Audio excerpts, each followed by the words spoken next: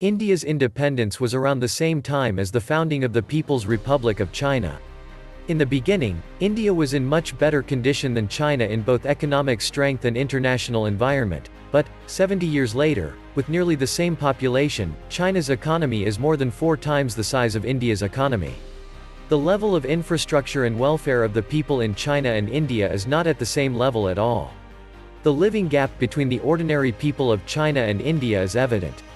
What's more, the gap between China and India today is not shrinking but widening. This reality requires Indian intellectuals, especially Indian rulers, to think deeply and not to put all the good and evil into the game of democracy, satisfaction, and democracy. As the world becomes more open, and nations connect and understand each other more deeply, Indians, especially Indian intellectuals, cannot pass the time while laughing at China's dictatorship and appreciating the superiority of Indian democracy. Welcome back to the Atlantis Report. You are here for your daily dose of the truth, the whole truth, and nothing but the truth. Please take a second to hit the like button, hit the subscribe button, and don't forget to also hit the notification bell. Thank you. The Indian economy is heading for major depression, and it can crash soon if efforts are not put to revive it, BJP leader Subramanian Swamy has said. The Rajya Sabha MP had written a 16-page letter to Prime Minister Narendra Modi, warning him about the economy, which is in a tailspin. Today, the economy is in a tailspin. Yes, it can crash. We need to do a lot of good things to revive the economy. Even a tailspin can be made to steady. If nothing is done, we are heading for significant depression. There will be a mass scale.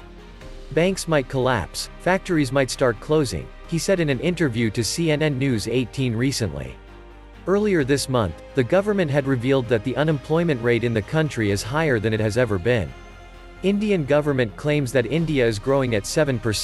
Arvind Subramanian, a well-known economist, argued that it's growing at around 4.5%. The crisis brewing within the Indian economy has gained unanimous acceptance by now.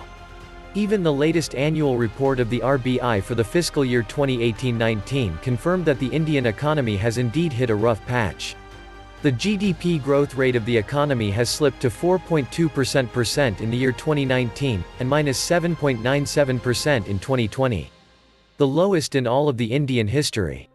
This is an indication of tougher times ahead. Be it the recent collapse of the automobile sector or the rising number of non-performing assets, NPAs, sluggish consumer demand, or failing manufacturing sector, all have a hand in this deceleration of growth. We'll give some mathematical stats and let you judge. The Indian economy indeed collapsed in 1991 with a balance of payment crisis. Indian household women gave 60 tons of gold to the P.V. Narasimha Rao government. And the government had to open the gates for multinational foreign corporations. Further, the rupee was devalued by 20%. The Indian economy was manufacturing and export-oriented until 1600 AD.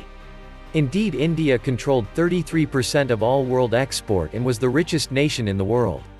Now India is a service-oriented economy. 57% of its GDP comes from the service sector. The Indian economy was an agriculture-based economy until the 1970s, with a 70% share from agriculture. Now it is just 29%. Farmers are unable to feed themselves, and their lands are being acquired by big corporations for corporate farming. India adds a workforce of 1 million people every 2 months. As much as 25% of Indian youths are unemployed. The Indian economy does not create the required 1 million jobs in 1 year combined, let alone 2 months. Hence India has a large consumer base but not a paying customer. 1% of top Indians hold 73% of the total Indian wealth. With no new job, manufacturing stops, and with no manufacturing, there is no service sector. Just think in this way. The Indian economy is a giant machine with all kinds of small parts. The wealth distribution is so skewed that the bottom part of the machine is unable to survive, let alone thrive. India needs to oil the bottom part of the economic machine. Or else the whole system could face a domino effect of collapse. Indians' net savings are 117 trillion rupees. The net external loan is 82 trillion rupees. The net non-performing assets is 11%. It means that about 11 trillion rupees of loans are not recoverable by banks and hence need to be written off. It only means that Indians have a net savings of 24 trillion rupees. It means that if the government has to pay off all debt and clear non-performing assets, then only 20% of the bank balance will remain. Remember, the government took loans in your name. You owe 82 trillion rupees. All multinational corporations have an agreement with India that would pay all of their net profit repatriatable in US dollars. It means that if companies ask their benefits back, India will face a repatriation crisis. In the event of any significant economic slowdown, these companies may ask the government to repay their money back. With all these backdrops, why is the Indian economy still surviving? The reason might surprise you. Yes, it is the same cushion India had in 1991. The public owned gold. Indians love gold, and they hoard gold. The Indian public owns 25,000 tons of gold privately. It is valued at 82 trillion, the same as the Indian government's total debt. Indian temples shave around 5,000 tons of gold. In contrast, the mighty RBI holds only 550 tons. Hence the government is seizing the gold of Indian temples. It already seized 1,800 tons, by various spurious gold monetization schemes etc. The foreign investors are assured that in case of a crisis, the government will seize gold off the citizens and give it to them. The privately held gold is the public guarantee of external debt. The figure is so vast that New Delhi now has to borrow money just to pay the interest due on its old loans. Let's consider the following factors. Number 1. Indian rupee is a fiat currency and not based on the gold standard. Hence the Government of India and its agencies, RBI, can print as much as it requires, resulting in inflations. The Government of India is especially infamous in this regard since it merely prints more banknotes to pay off its local debt, causing hyperinflation. Number 2. Current account deficit is high, with investors considering India to be a high-risk market. There is a risk of downgrading the sovereign rating of India to junk by the 3 big rating agencies. Number 3. Low income, high expenditure. Only 3% of Indians pay taxes, and yet the government pays for the subsidy of a vast majority of Indians. This includes oil subsidy. Number 4. Indian economy is very costly for foreign institutional investors. The P/E ratio of Indian stocks reached 20, which is very high compared to international prices. Consumer defensive stocks in India are trading at 13 to 20 times their book value and at incredulous P/E values.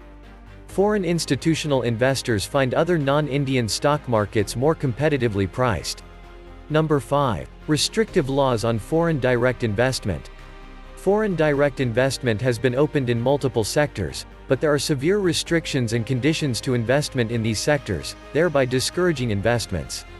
Investors also fear the risk of inability to repatriate funds back to the home country due to restrictions introduced in place by RBI to contain a fall in the value of Indian rupee. Number 6. Inflation is high in India due to the high liquidity of a currency.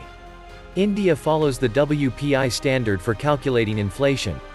However, the value of inflation calculated using WPI can be deceptively low when compared to actual inflation. CPI and RPI are better metrics for determining inflation. For example, WPI defines inflation in India between 4 to 5%.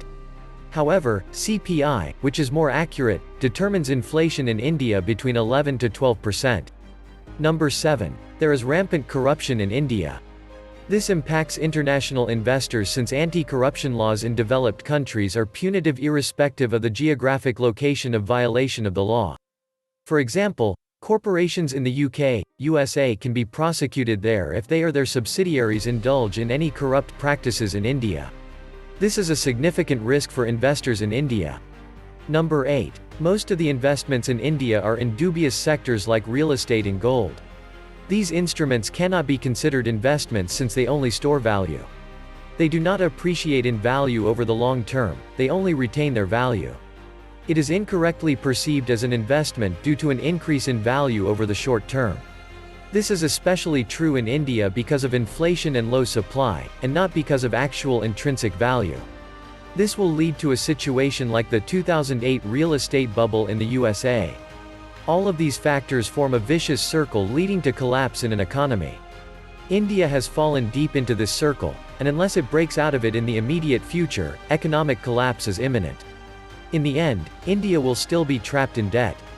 With 78 of the largest companies in the country facing dissolution under the Indian Bankruptcy Code, India's economy is heading for a meltdown. The Indian flu, or why the crash of the economy is imminent. I guess we have some time left unless public parts away from its gold and deposits it in banks for a 2.5% gold monetization scheme. But still, mathematically, it cannot be stopped unless India becomes an industrialist nation and switch to manufacturing instead of servicing the US clients for repetitive, redundant jobs. And yes, I just forgot to mention that AI may be taking all these jobs from the Indians in the future. This was the Atlantis Report. Please like, share, leave me a comment, subscribe. And please take some time to subscribe to my backup channels, I do upload videos there too. You'll find the links in the description box. You will also find a PayPal link if you want to make a donation.